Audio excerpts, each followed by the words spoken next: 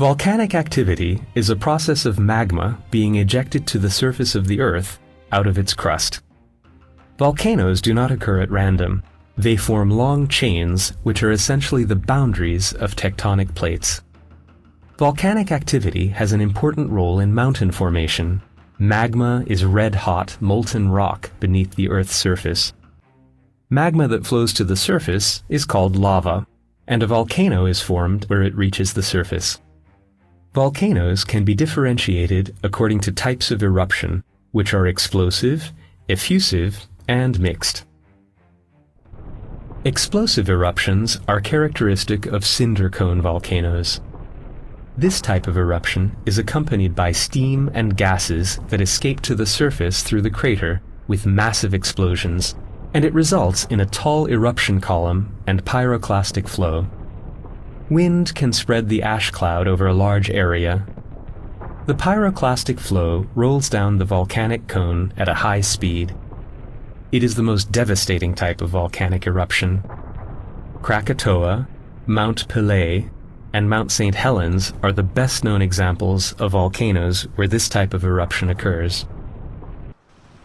Effusive eruptions are characteristic of shield volcanoes. This type of eruption is not accompanied by explosions or a pyroclastic flow. The only substance that rises to the surface is liquid lava. Once the lava solidifies, it creates a volcanic cone. Examples of volcanoes where effusive eruptions occur are Mauna Kea and Mauna Loa, both on the Hawaiian Islands. Mixed eruptions are characteristic of stratovolcanoes. This type of eruption is accompanied by explosions and lava flows as well. The volcanic cone consists of alternating layers of tephra, or fragments, and solidified lava. The best-known examples of stratovolcanoes are Stromboli, Mount Etna, and Cotopaxi. After volcanic eruptions, post-volcanic activity can also be observed, which essentially consists of steam and gases made up of various chemicals emitted from vents called fumaroles. A solfatara is a type of fumarole. It is an opening in the Earth's crust that emits sulfurous gases. A mofetta is a discharge of carbon dioxide. A mofetta can be called dry if it contains carbon dioxide, or wet if it contains carbonated water. A geyser is a spring that periodically discharges hot water.